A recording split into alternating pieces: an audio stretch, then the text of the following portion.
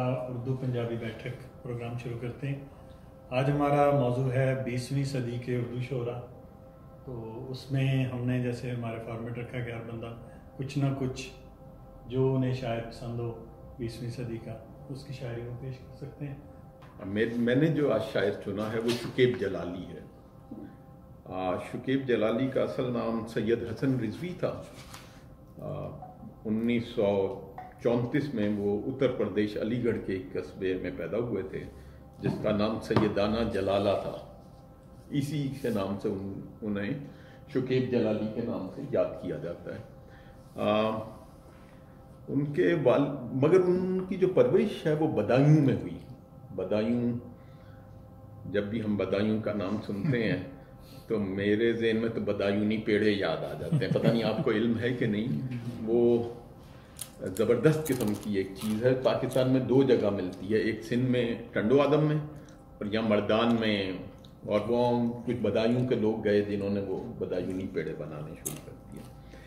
ایک بڑا عجیب سا واقعہ تھا کہ ان کی والدہ جو تھیں، جب یہ کوئی 10 سال کے تھے تو ٹرین کے آگے انہوں نے شاید خودکشی کر لی، یا کچھ لوگوں کا خیال ہے کہ ان کے والد صاحب نے ان کی والدہ کو دھکا دیا تھا۔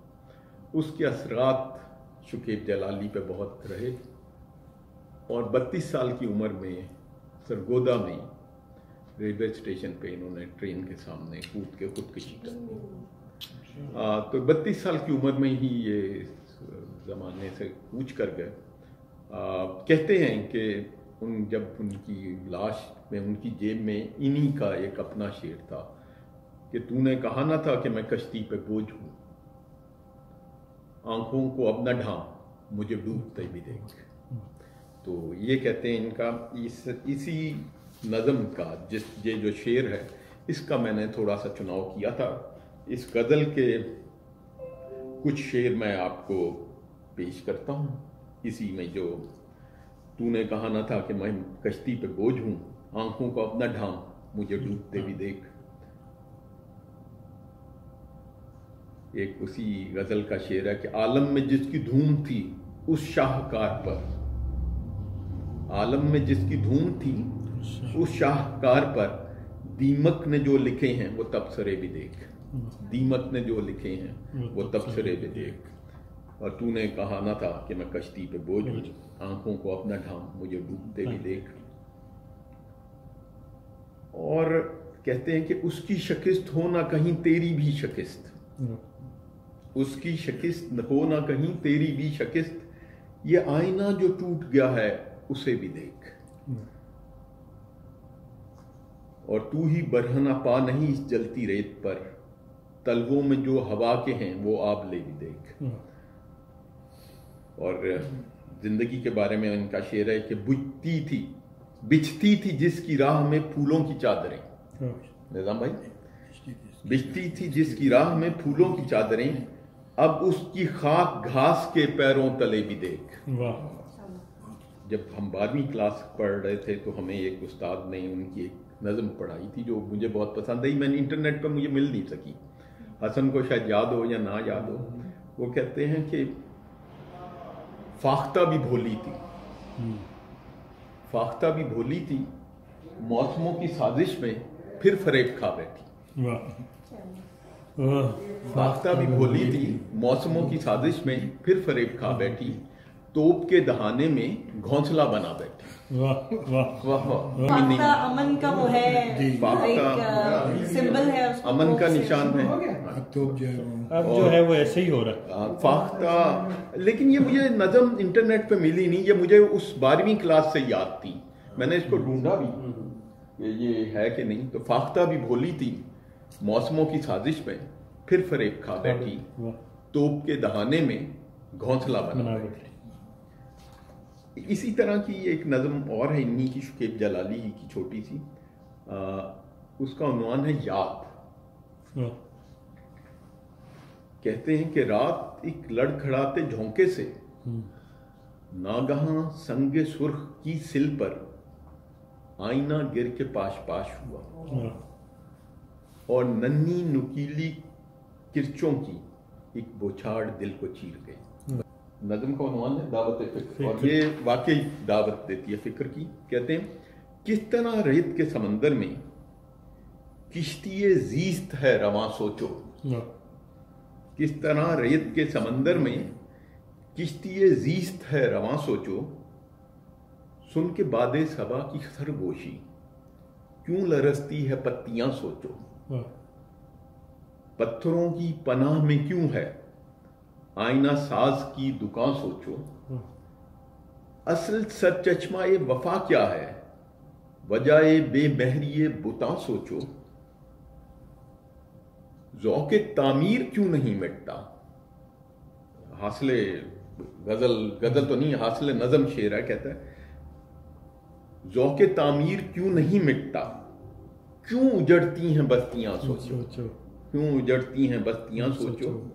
اور فکر سکرات ہے کہ زہر کا گھونٹ، فکر سکرات ہے کہ زہر کا گھونٹ باعث عمر جاوداں سوچو. دوبارہ پڑھتا ہوں. یہ کہتے ہیں کہ فکر سکرات ہے کہ زہر کا گھونٹ باعث عمر جاوداں سوچو، اور لوگ مانی تراشی لیں گے کوئی بے ربط داستاں سوچو. کوئی بے ربط سا داستاں سوچو. یہ تو میرا خیال ہے کوئی لوگ مانی تراشی لیں گے. وہ اس پہ وہ کسی نے کہا نا کہ عکس کر کے میری باتوں کے معنی کوئی، عکس کر کے میری باتوں کے معنی کوئی اپنی مرضی کی بنا لے گا کہانی کوئی. واہ واہ واہ واہ. دوبارہ علی دوبارہ. عکس کر کے میری باتوں کے معنی کوئی اپنی مرضی کی بنا لے گا کہانی کوئی. بہت اچھا. ایک جو ہے نا شکیب جلالی کا شعر بہت زبان زد عام ہے، بہت مشہور ہوا ہے. یہ جب ہم نے بھی جوانی میں اس کو پڑھا تو اس ٹائم نہیں پتا تھا یہ کس کا شعر ہے، لیکن آج جب میں یہ بنا رہا تھا تو میں نے اس کو کہا اور یہ مجھے سنا تھا. وہ کہتا تھا مجھے جو گرنا ہے تو اپنے ہی قدموں پہ گروں، مجھے جو گرنا ہے تو اپنے ہی قدموں پہ گروں، جیسے سایہ یہ دیوار پہ دیوار گرے. یہ بٹ دیوار گرے جیسے سایہ یہ دیوار، یہ ان کا شعر تھا. اصل میں آپ اس سے پہلے ہماری اس پہ کچھ ان کے بعد تو اس غزل کے کچھ شعر میں اس کے، کیونکہ یہ بھی دو شعر میرے بچپن کے یاد ہیں. یہ کوئی جو میں نے کہا فاختہ والا اور یہ تھا. تو اس غزل کے شعر ہیں آ کے پتھر تو میرے صحن میں دو چار گرے،